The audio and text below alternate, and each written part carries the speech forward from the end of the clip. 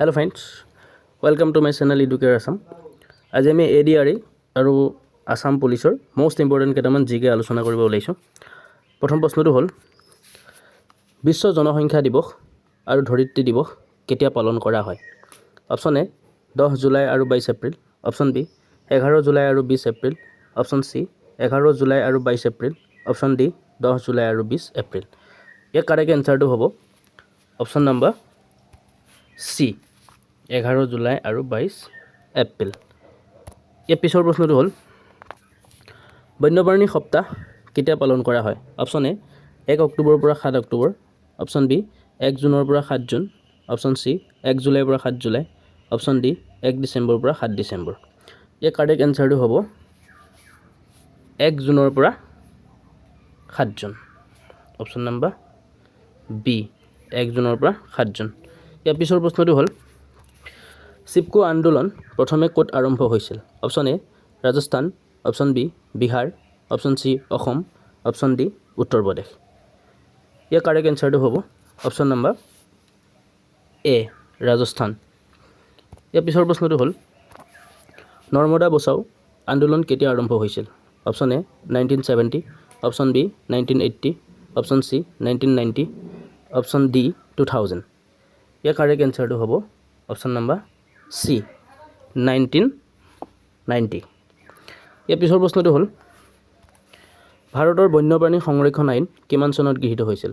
Option A 1995, option B 1960, option C 1972, option D 1980। ইয়াৰ correct এনসাৰটো হ'ব অপশ্যন নম্বৰ চি 1972। ইয়াৰ পিছৰ প্ৰশ্নটো হ'ল কোন চনত ভাৰতৰ বন সংৰক্ষণ আইন গৃহীত হৈছিল? Option A 1960, option B 1969, option C 1954, option D 1980। ইয়াৰ কাৰেক্ট এনসাৰটো হ'ব অপশ্যন নম্বৰ ডি 1980। ইয়াৰ পিছৰ প্ৰশ্নটো হ'ল তলৰ কোনটো জৈৱ অৱনমন নহয়? অপশ্যন এ কাগজ, অপশ্যন বি হাড়, অপশ্যন চি কাঠ, অপশ্যন ডি পলিথিন। ইয়াৰ কাৰেক্ট এনসাৰটো হ'ব অপশ্যন ডি পলিথিন। ইয়াৰ পিছৰ প্ৰশ্নটো হ'ল কোন চনত পৰিৱেশ সুৰক্ষা আইন প্ৰৱৰ্তন কৰা হৈছিল? Option A 1984, option B 1986, option C 1988, option D 1981। ইয়াৰ কাৰেক্ট এনসাৰটো হ'ব অপশ্যন নম্বৰ বি 1986। ইয়াৰ পিছৰ প্ৰশ্নটো হ'ল তলৰ কোনটো আন্তৰ্জাতিক সংস্থা পৰিৱেশ সংৰক্ষণৰ লগত জড়িত নহয়? Option A EEA, option B UNEP, option C GPI, option D UNICEF. ইয়াৰ কাৰেক্ট এনসাৰটো হ'ব অপশ্যন নম্বৰ ডি ইউনিচেফ। আন্তৰ্জাতিক সংস্থাৰ লগত জড়িত যিকোনো এটা প্ৰশ্ন আহিব পাৰে।